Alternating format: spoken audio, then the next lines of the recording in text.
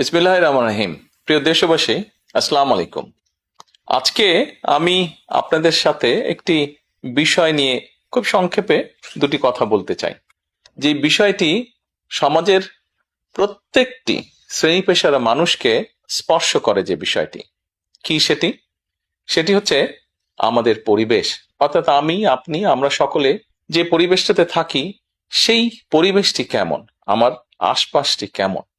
আপনারা নিশ্চয়ই অধিকাংশ ক্ষেত্রে খেয়াল করে দেখেছেন, আমরা ঢাকা শহরের যে কোনো রাস্তাঘাটই হোক, যে কোনো এলাকাই হোক, যে কোনো জেলা শহরের এলাকাই হোক, রাস্তাঘাট হোক, এমনকি উপজেলা পর্যায়েও ক্ষেত্র বিশেষে বিভিন্ন গ্রামগঞ্জেও আমরা দেখেছি যে যেখানে বাজার ঘাট বা রাস্তা চলাচলে বেশি, সেই জায়গাগুলোতে চারিদিকে একটা জিনিস খুব পরিষ্কারভাবে চোখে পড়ে, যেটি আমরা যখন ছোট ছিলাম, আজকে থেকে 40 বছর আগে, 30 বছর আগে দৃশ্যটা এমন ছিল না, কিন্তু বর্তমানে দৃশ্যটা এইরকম। সেটা কেমন? চারিদিকে আমার আপনার আমাদের ব্যবহার করা হাতের টিস্যু, অথবা আমার আপনার খাওয়া চিপসের প্যাকেট, অথবা বাসায় ব্যবহার করা রান্নার তেল যে তার প্লাস্টিকের বোতলটি, অথবা আমি বা আপনি পানি পান করেছি প্লাস্টিকের বোতল থেকে সেই বোতলটি, এরকম আরো অনেক ধরনের আবর্জনা যত্র তত্র সব জায়গায় ছড়িয়ে আছে। কোনো জায়গায় একটু বেশি জমা হয়ে আছে, অথবা যত্র তত্র লোকালয়ে চারিদিকে ছড়িয়ে আছে। চিন্তা করে দেখুন তো, আপনার ঘরে, যে ঘরটিতে আপনি থাকেন, যে বাসাটিতে আপনি থাকেন, যদি চারিদিকে এমন টিস্যু ছড়িয়ে থাকতো, যদি চারিদিকে এমন আবর্জনা ছড়িয়ে থাকতো, আপনার কাছে কি ভালো লাগতো দেখতে? নিশ্চয়ই না, আমাদের কারো কথাই ভালো লাগতো না। কবি তো সুন্দরভাবে লিখেছেন, সবুজ শস্য শ্যামলা আমারে ভুবন।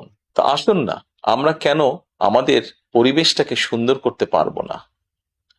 বাংলাদেশের অধিকাংশ মানুষই পায়ে হেঁটে চলে, অথবা রিকশায় যায়, অথবা বাসে চলাচল করে। এই মানুষগুলো যখন রাস্তা পার হয়, বিভিন্ন জায়গায় যখন আবর্জনা জমে থাকে, ময়লা থাকে, এই মানুষগুলোর কিন্তু অনেক কষ্ট হয়, বিভিন্ন জায়গায় অনেক দুর্গন্ধ হয় আবর্জনা জমে থাকে।